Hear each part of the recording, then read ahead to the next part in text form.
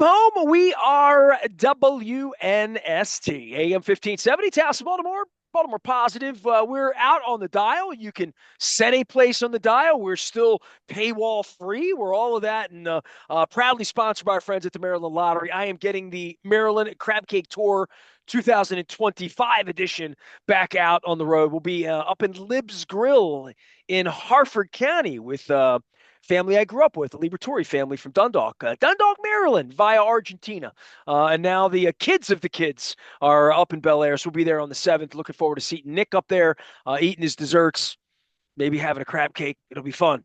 That's Harford County. Also, our friends at Jiffy Lube Multicare putting us out on the road. Also, our friends at Liberty Pure Solutions at 1-800 Clean Water. I wish I had the clean water around here. I think I drank it all in the second half of what really turned out to be just sort of this coronation day on Christmas Day. Luke Jones joins us now. Happy holidays, happy Christmas, Kwanzaa, Hanukkah, New Year's, Clinchmas, Festivus, whatever you're celebrating here. I hope it went well. Luke, I saw your beautiful pictures with your family and your worship and having fun. I didn't even grab a ham this year. I sort of worshipped at Nacho Mama's with Elvis, knowing this is the last year of Nacho Mama's. We decided to do margaritas and quesadillas to honor my Venezuelan brothers, as well as Scunny on Christmas. So we sort of mix things up, but you have to mix things up when Christmas is on a Wednesday. There's 2 football games. Lamar goes out 31 to 2. 31 to 2. Who would have bet on 2? And who would have bet on Derrick Henry getting safetied? But I'm not here to talk about that. They're rounding and look like a Super Bowl team, dude. And this is what you want them looking like this time of year, certainly health-wise, playing-wise. But they've built a tougher road, and I've written about that, a columnist this week, and I know you'll have your writings, but they're about to get some downtime. They see their path now, and they're as good as anybody right now. No question about it. I mean, when you go 65-19 from a point standpoint against Pittsburgh, your division rival and the team that had been in first place, and then you go on the road against another division opponent, albeit one that I even said before the game I thought was more pretender than contender. They confirmed that, and they confirmed themselves as a contender when you win 31 to 2. The best tweet I saw was late Wednesday night, and to your point, I had to think, what day of the week is it? I'm totally confused at this point. But someone said, wouldn't it be better to lose 31 to nothing than 31 to 2? Like 31 to 2, just like it stands out a little bit more, right? It Either sounds like a lot of indignity. It it's really does. embarrassing, right? I mean, and let's be clear, 31 to nothing is embarrassing, but it's more conventional embarrassing. Whereas this stands out and you say, hey, that's I guess people speculate whether it's a scoreagami, I guess, when they talk about a score that has never happened before. It's happened before a couple times, albeit a long time ago, but you just said it. I mean, Ravens looked every bit the part of a Super Bowl contender. They've looked that way certainly the last 2 weeks and coming out of the bye in very convincing fashion. But to go on the road, short week, Christmas, playing a division opponent, not a division opponent, another playoff opponent who, depending on how things shake out, maybe not so likely now, but had been likely as a potential team you'd face off with next month. By the way, that's what And you don't want to look like, what they look like on Christmas. oh, no That's what you doubt. don't want to look like. By the way, the 49ers looked like that against the Ravens last year, too, right? Yeah, Right. and they made the Super Bowl. And Right. I was Yeah. also gonna throw this out there. The Kansas City Chiefs lost to the Raiders on Christmas Day last year at home. So that is also a reminder. And Lamar Jackson was even asked about it earlier this week. Very short week, not a whole lot of media access because they practice one real time and a couple walkthroughs, and then they're on the plane to Houston. But Lamar was asked about it, and he was asked about this notion of getting hot at the right time. And he said, look, that went out the window last year. And he alluded to this. This team was playing great football a year ago at this time. And everyone thought 49ers Ravens was going to be a Super Bowl preview. And the 49ers, for as much as they lost by, I think it ended up being 2 touchdowns, but they were down 3 touchdowns at one point in that game. They made it, and we know what happened with the Ravens. And I don't say that to be dismissive of where the Ravens are right now. It's just a reminder of what the ultimate goal here is. And how long they still have to go, right? I mean, this is still going to be a treacherous path for them, knowing that while they've all but secured the home playoff game in the first round now, assuming they take care of business against the Cleveland Browns next Saturday or Sunday, whenever it's going to be announced. But they're going to be on the road, and probably on the road for 2 games, barring something strange happening. So, but the fact that they went on the road as they did on Wednesday, on a short week, on a holiday, when guys are tired, it's week 17. You played 3 games in 11 days. And to go out and perform the way that they did, not just get a win. I mean, we were talking about this a couple days ago. Just get a win no matter what, right? I mean, win 10-9 if you need to, but to win in the way that they did, where your offense plays exceptional, efficient football. I mean, I saw two stats really jumped out at me with this game for the offense, and then I'll get to the defense in a moment. But Derrick Henry, 74.1% success rate on his rushes, according to Next Gen Stats. And success rate gives us context, right? We've known for a long time not all 2-yard runs are created equal, in the same way that not all 10-yard passes are created equal, depending on down and Or distance. not all 2-yard losses cost 2 points. Correct. That And that was happened too. he got greedy there, right? That was his one blemish, where you can't run backwards when you're in the shadow of your goal line. And he knows that, and it's fine.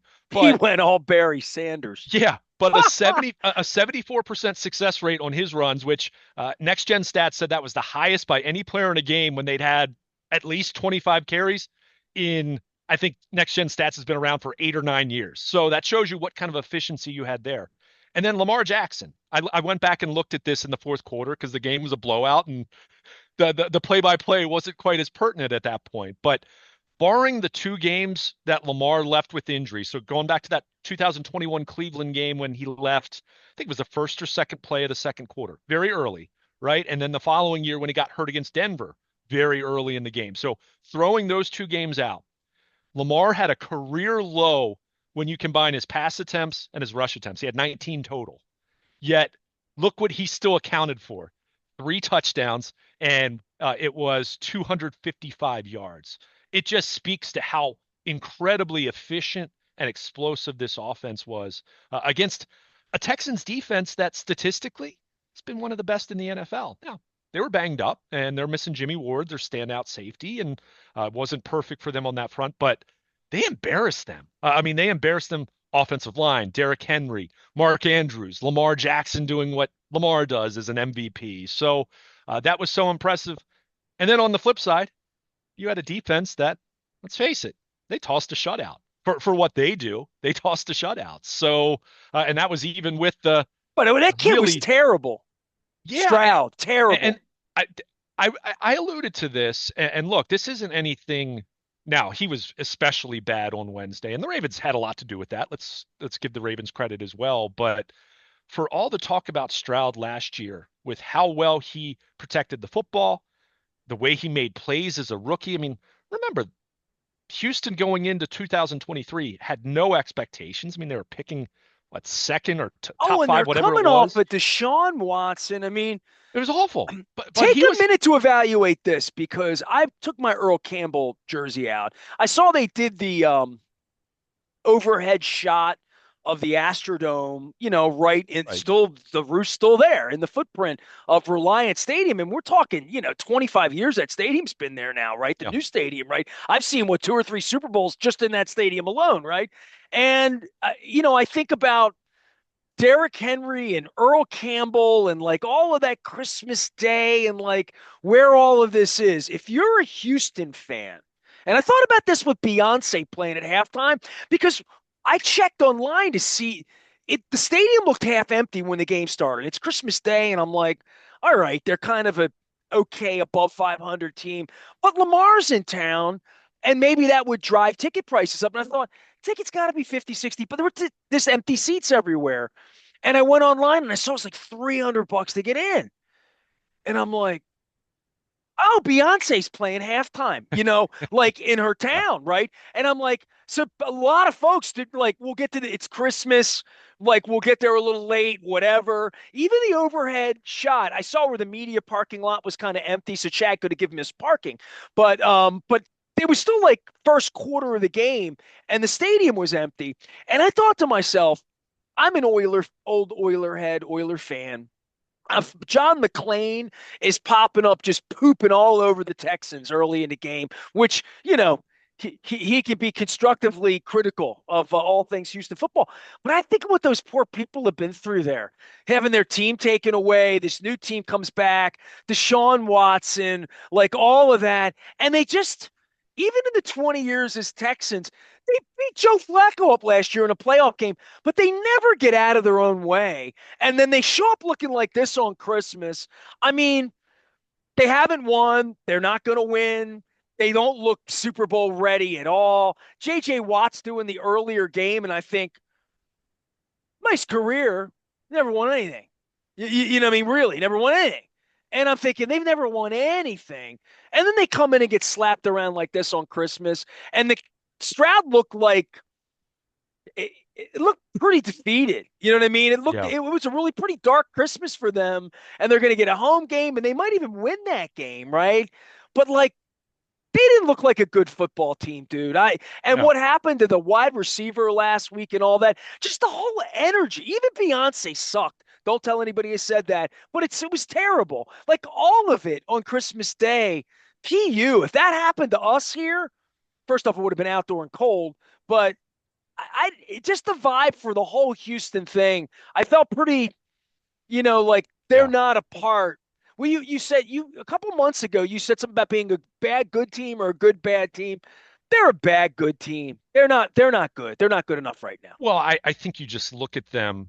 I believe now they've fallen to, I think that's 1-5 against teams that are currently over 500. And look at the rest of that division. I mean, they're in a horrible division. So look, they can't control that part, but at some point in time, you need to go beat a good team. And what they did, they beat Buffalo, but that was 2.5 months ago, whatever it was. So, but yeah, they've had injuries. But looking at my notes, very, very first Houston drive, Van Noy gets the sack on third down.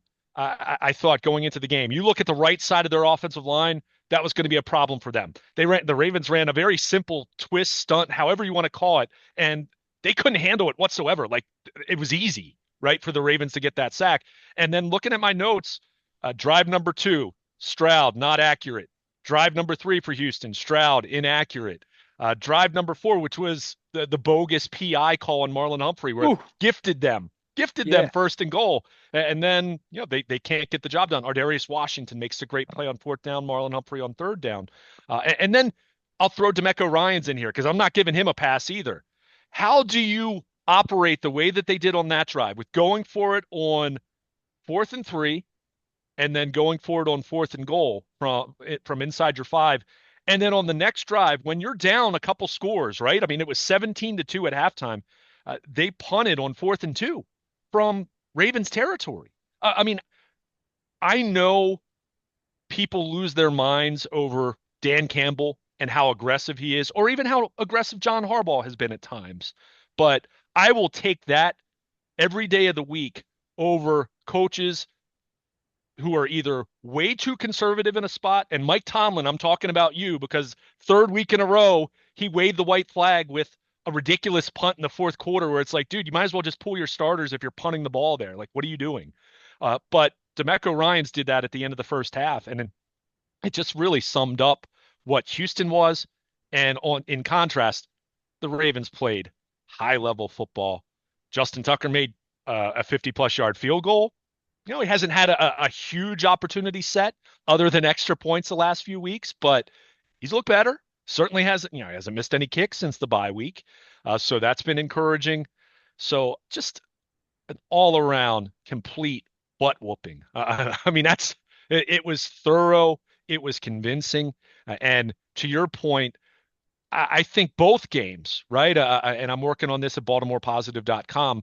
This Christmas showcase, whatever you want to call it, because it very much felt more spectacle than game on Wednesday, right? I mean, with the Beyonce concert being a big part of that, of course. But I think in both games, you saw a really serious contender, and not that anyone needed to see that from Kansas City when they're 15-1, but they looked more convincing doing it against Pittsburgh than the way that the Chiefs typically win.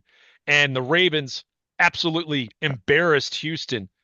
To me, you saw separation between two serious Super Bowl contenders in the AFC, and I'll throw Buffalo in with the Chiefs and the Ravens, obviously.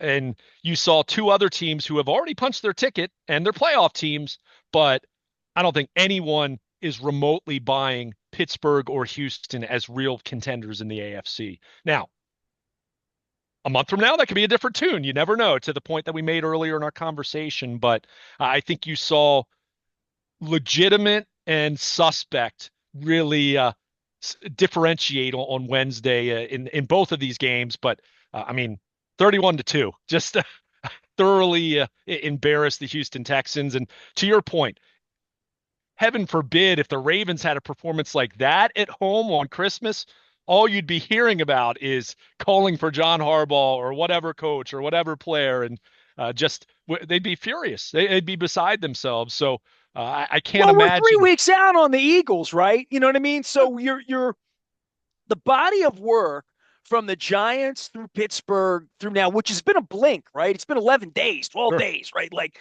it just all happened. And the way they've played, the way they've maintained health, right? For the most part, Justice Hill notwithstanding, sure. right? And Wiggins got dinged up a little bit, but went back in, right? So they've had a couple of little Minor things go things, yeah. on here, right? Minor by NFL Very week minor, yeah. 17 standards, right? By any stretch in any era of how healthy they could be, including going back to the 01 team, which was pretty healthy until Kim Herring got, I'm thinking of little things that happened along the way. Jeff Mitchell, little things there. And then, back 12 years ago now, Jameel McClain had they had a couple of players that weren't really ready to go for this time of year. But by and large, the body of work, the money players, other than Marcus Williams, which we don't bring Yeah. him up anymore because he's not really on the team. By the way, they got in a fight before the game with the Texans, and then Weird. after the game, Deontay, the drama and all of that aside, here's where I want to go beginning of the game. And I didn't, it was Christmas Day. Full disclosure, my wife flew back in with her family, and I was airporting and actually watching Netflix on my own account on my mobile device. Um, my name's Jennifer.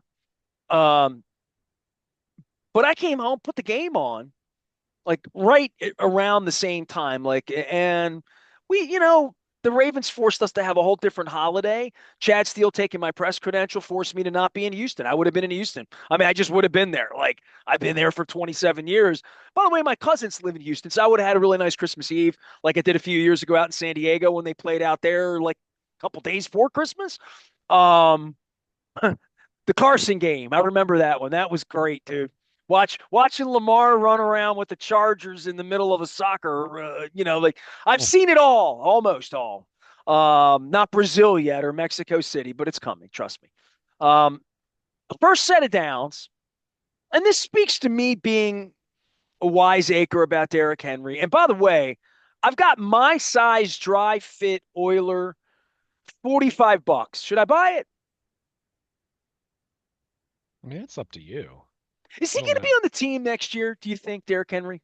I mean, I would think so, but at the same time, we're also living in a world where you have a quarterback making 50 plus $1 million, and you do have other high priced players. And what are you doing at left tackle? Because your left tackle's a free agent By and the way, you 31 don't want to years come old. play without him next year, though, right, Derrick I Henry? mean, You don't want to play without him, right? I think all things being equal, yeah, you'd love to have him, but you also want to have Marlon Humphrey continue to be on your football Well, here's team. the And difference for me, and I'll just say this: when the game started, they're just slapping the Texans, right?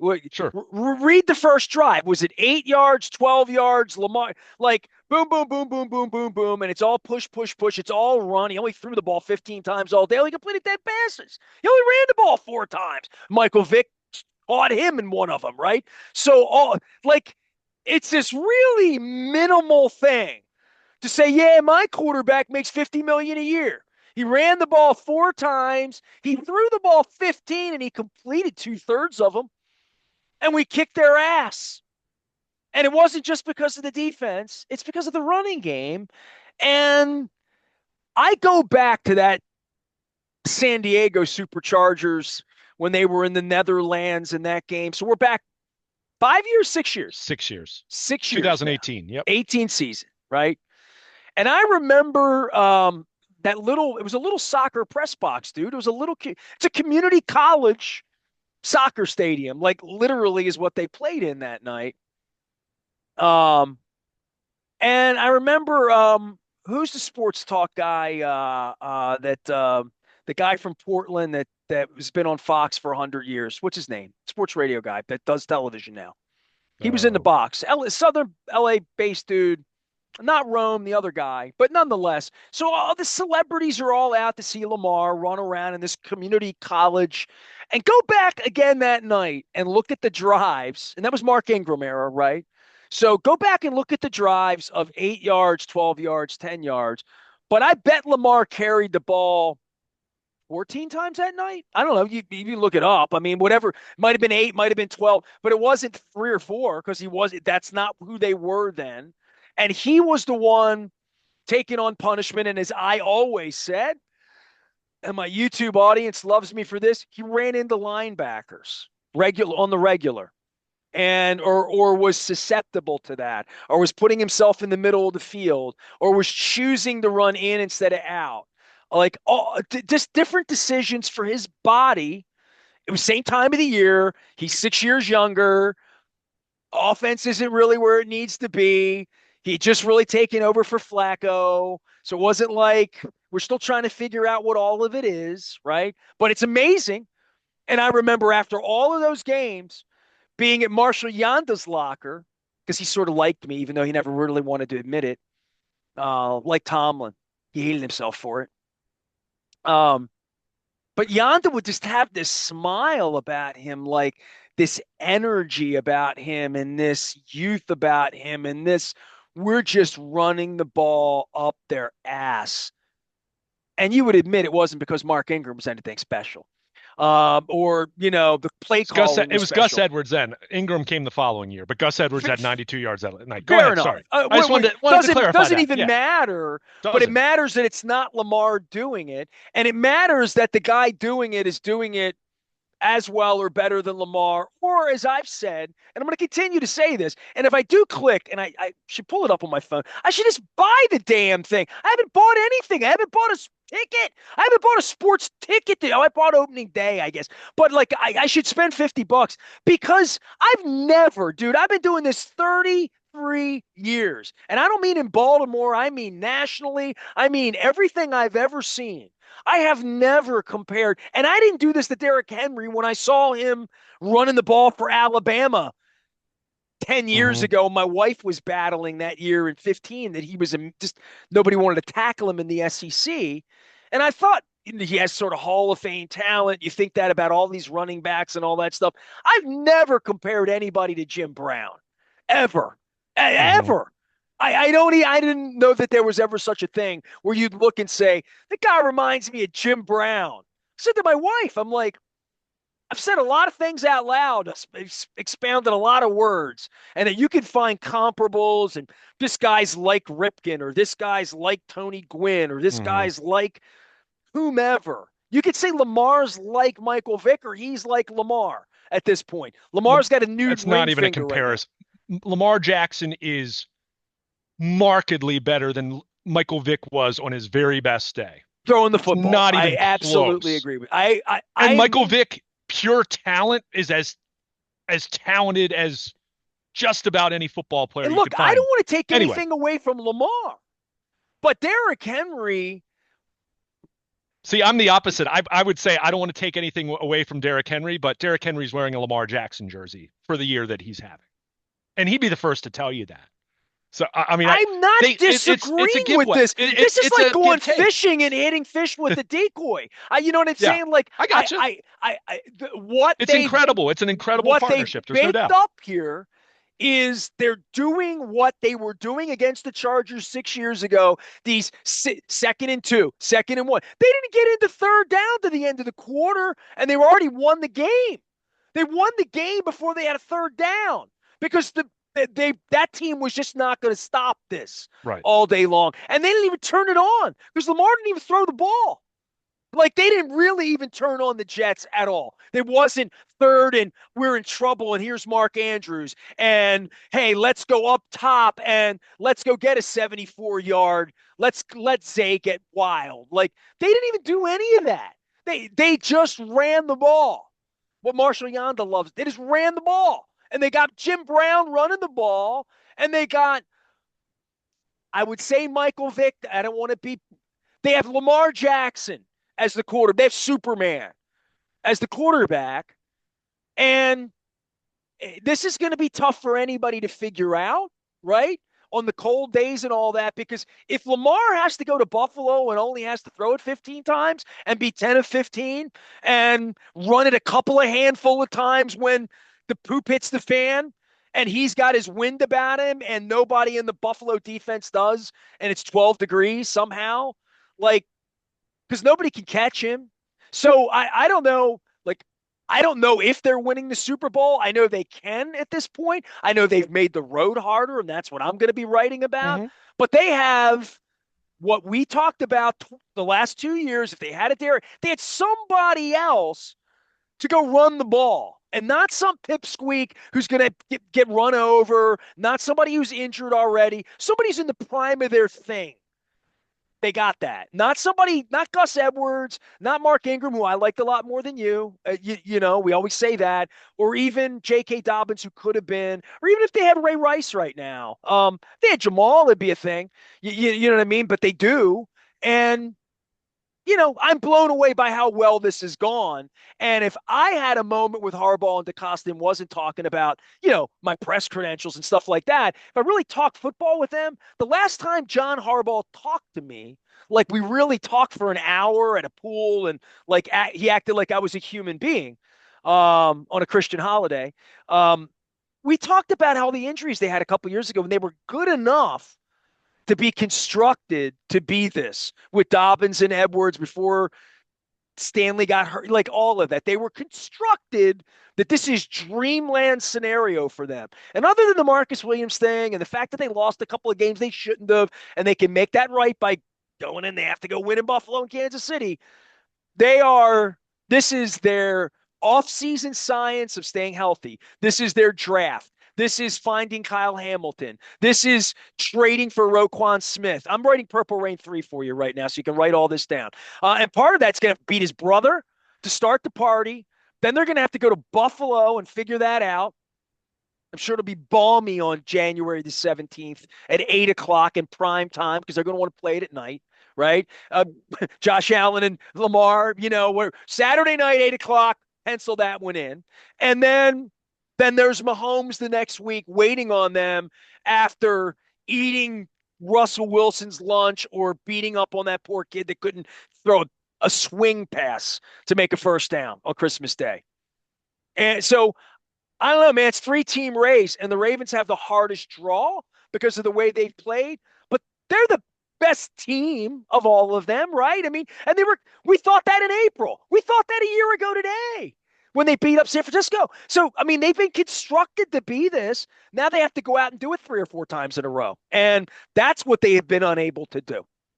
Yeah, I mean, well, sorry, I went nuts, but it's Christmas. There. I mean, last year they didn't have to do it 3 or 4 times in a row. They only had to do it twice to get to the Super Bowl, right? And they were at home. So look, I mean, every team has its journey, and some teams come together really quickly and just win and keep winning and keep winning. And that's been Kansas City, right? I mean, Kansas City was great in 2018. Mahomes was MVP his first full year, like Lamar the following year. They were the team to beat, but Tom Brady and the Patriots are still holding on, and they beat them, and they taught him a lesson. And they've been the guy, they've been the man ever since, right? They won in 19. They got there and lost in 20. They lost in the AFC Championship in 21. The Bengals, their 1 year that they had a shot at it.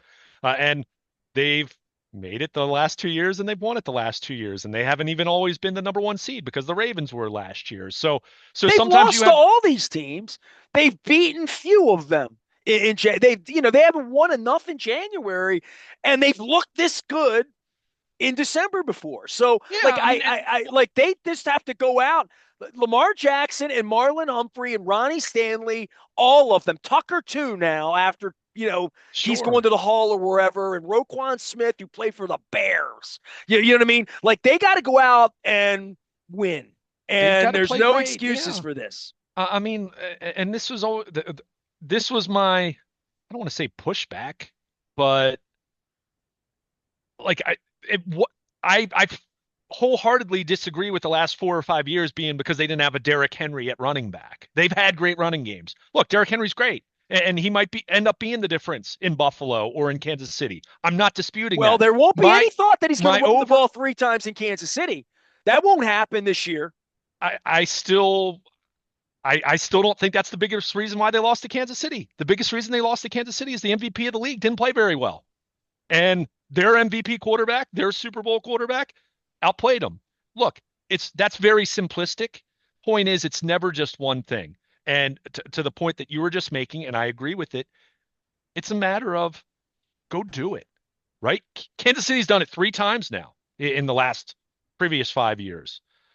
Buffalo is in the same boat as the Ravens. The only difference is Buffalo's lost to Kansas. They've had more shots against Kansas City directly in January. They're still 0-3, right? Cincinnati was able to beat Kansas City once in January, but they didn't win the Super Bowl, and they've gone backwards since then, right? So you never know how many opportunities you're going to get. And this was kind of the point that I was making a few minutes ago when Lamar was asked earlier this week, before Wednesday's game in Houston, about this notion of, what would you rather be? Would you rather be the number one seed? Would you rather win the division, or would you rather just be the team that gets hot at the right time? This isn't the number one seed. Buffalo's going to be the number two seed, assuming the Bills don't stub their toe against inferior division opponents these final 2 weeks. So the Ravens are going to be the number three seed, assuming they take care of business against the woeful Cleveland Browns next weekend. So they know they're going to be on the road at least a little bit, if not both games following their first round, barring something weird there. So you've made that path for yourself by not being as great over the first 3 months of the season. But look, we've talked about this. The 2000 Ravens were road warriors. They got that first round home playoff game, though. 2012 Ravens, same deal. They got that first round home playoff game. We talked about how important that was. That's why beating the Steelers last weekend was so critical for them. And then we saw what happened on Wednesday, where Pittsburgh once again looked bad, and the Ravens looked like a championship caliber team. So they're in a position now where they're at least going to have that home playoff game again, assuming they take care of the Browns, and they need to, right? It's all about that. Can't stub your toe against a division opponent. Although if that DTR kid's going to play at quarterback, I don't think they can win with him. Period. Jameis Winston gives you a shot any given Sunday. He's going to throw the ball to the other team a lot of those Sundays too, Well, but he at least C.J. gives you a Stroud shot. got to 2 against the Ravens, and he didn't earn the Yeah. 2. So, like, I don't know if the defense is going to play like this. And look, we'll do a whole segment on what's made Yeah, the well, defense better. I yeah, mean, we right. We really haven't talked should. much about the defense, but yeah, but I go back to this, Lamar, and Lamar, Lamar, and they pitched a shutout. oh, but that's what's exciting about it is how complimentary it really was, right? Again, we just talked about it. Lamar Jackson did not have the ball in his hands all that much on Wednesday, yet he still had 255 yards and 3 touchdowns, right? That efficiency is through the roof. I mentioned the success rate for Derrick Henry running. And it wasn't just Derrick Henry running in the way that we've seen him run most of the year. What has been the difference the last 2 weeks? He's been running between the tackles. And that is way more. And look, Derrick Henry has plenty of missed tackles and all those numbers too. So I don't want to take anything away from him. But their offensive line is winning at the line of scrimmage way more now in the run game than what we were seeing throughout the year. Now, is Now, that that's what you improvement? want to see when you have the same 5 guys doing it all year, Right, right? right. And that's part of that is obviously the individual improvement of those guys playing and those guys playing together. And I also think it's Todd Monken finding some things from a schematic standpoint. I know a few different people noted this after the Pittsburgh game, and I think it held up the same way against Houston. They're using more pre-snap motion prior to running the ball. And pre-snap motion does so much. In the pass game, it can tell, very simplistically whether a team's in man or zone, but it can also, it can get a defense out of its Moving. run fits. It Yeah. can get them you're putting them in conflict.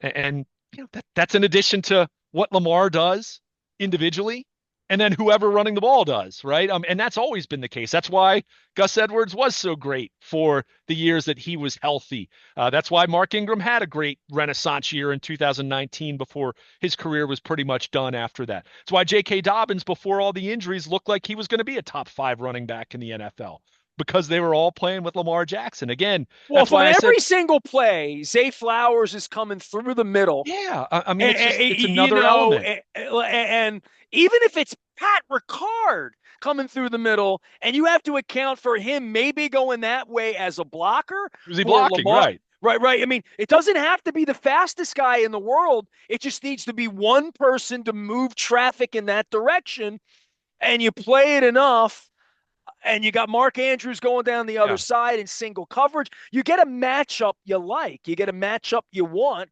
and then you give Lamar, who's way better at this than he was when they played at the community college 6 years ago, right? That you give him the option to carry it, hand it, decoy it, or throw it.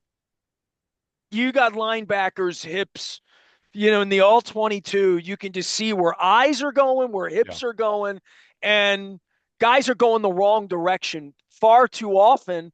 And they really are just guessing, right? I mean, you could study all day long, but if my options are Zay Flowers might take it in motion, Lamar may take it and just go up the middle if he sees a seam, or I got Jim Brown leaning down on me.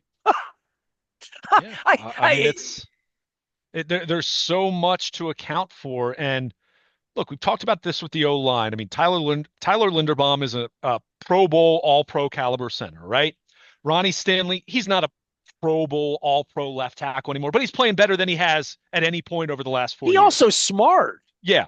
Roger Rosengarten has improved leaps and bounds over the course of the season. I mean, go look at how he's matched up and how he's fared. And not every rep's perfect. Let me be clear about that, but go look at how he's played over the second half of the season, or really even since the first month of the season, and he's steadily improved. The guards. Look, are Patrick McCary and Daniel Faalele going to be their long-term starting left guards over the next 6 years? I still have my doubts about that, right? But they're getting the job done. And again, in a salary cap world, you're not going to have all pro players at every single position. But the offensive line's playing well enough and has really blocked well from a run blocking standpoint the last couple of weeks, as we noted. And that what we were just talking about with the pre-snap motion, RPOs, read option, all the different things they do, or even just Lamar dropping back in traditional pass sets, right? I mean, they're way better doing that too. I mean, Lamar's going to have 4,000 yards. I mean, think about that. 5 years ago, that wasn't the case. Even when And he won the almost a MVP, thousand rushing, and Jim Brown's 40 almost to two touchdown thousand passes. rushing, right? I I mean, mean, it's a, 40, the yeah. numbers are insane. But everything about that we talk about collectively, when all those pieces fit together, you have one of the very best quarterbacks on the planet who statistically is deserving of another MVP, even if I'm not consumed with that discussion at this point. You have Derrick Henry doing what he's done, second best running back in football this year behind Saquon Barkley. You have Zay Flowers, 1,000-yard receiver. You have Rashad Bateman, who some weeks doesn't even catch a pass, but has 8 touchdown receptions and has become a really rock solid number 2 wide receiver, even if he hasn't been the bona fide, consistent number 1 receiver that they would have envisioned a few years ago. You have Mark Andrews, who doesn't get the ball as frequently as he used to, but is still absolute money inside the red zone and still good for touchdowns and can still run a long way on occasion, as we saw on Wednesday. So you have all these different pieces that individually are problems, but then when you put them all together, there is no, any good offense will tell you the whole point of how you score and how you be productive and how you be explosive and how you win football games is to put the defense in conflict. The Ravens epitomize putting the opponent in conflict, the opposing defense in conflict, because they're one, great players across the board. And then if you just have an offensive coordinator who understands that, and I think Todd Monken understands that at a very high level, that you just do things to get these guys the ball in ways that are going to confuse and make the defense hesitate. And we've talked about this in the NFL, the margin of athleticism, the margin of error, the difference in athleticism from one guy to the next is not that dramatic. Lamar and Derrick Henry are exceptions to that general rule, but it's not that dramatic from player to player. You're talking about m- fractions of seconds Well, the between good same players guy and that great Lamar players. ran away from caught him on the next play, Sure, right? but You know what I mean? Because that's but the way it works. it's that slight split second of a guy moving in the wrong direction.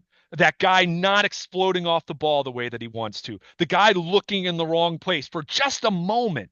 And the Ravens exploit those moments and absolutely kill you in those moments. Well, So, Lamar's got this thing about having people getting up on him and being off balance when they get to him.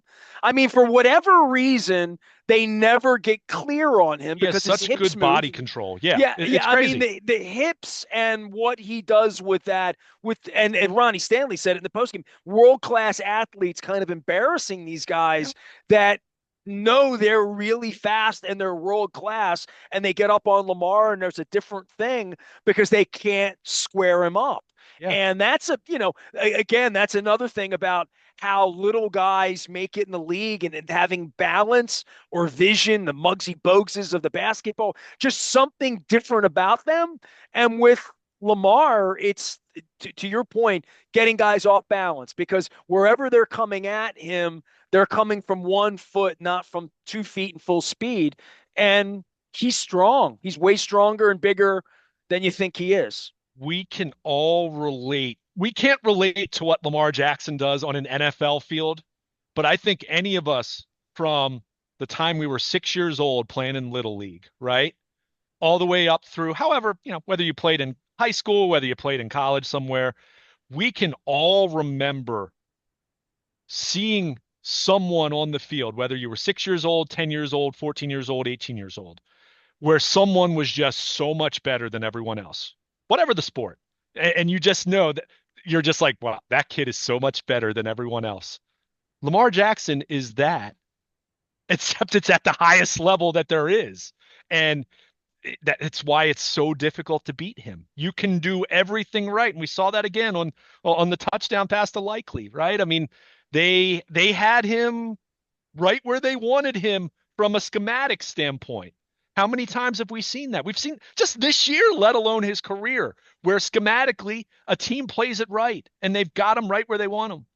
And he still rips your heart out because he's just the best athlete on the field, right? And it's just, it truly is. And especially on the day where he passed Michael Vick as the all-time rushing quarterback. And look, we've known that was going to be, it was just a matter of, was it going to be in 2023, 24, 25, 26? When was it going to be? Because you knew Lamar was going to be that because he's been that great from the moment he walked on the field as a starter. But it's just, it's remarkable getting to watch him every week. But these guys all know it's not about Lamar winning another MVP. It's not about how many guys are going to be named to the Pro Bowl next week. It's not about what their DVOA rating is. It's none of that. It's about winning in January. And Yeah, it's now with not them, about home field advantage anymore now because it's they don't not. have that. Now it's But they about winning there. but they got that one home game that makes that easier. You're not going to be in a position again. I'm working under the assumption. I'm giving them credit here. This isn't, I can assume I don't play, right? I can look ahead.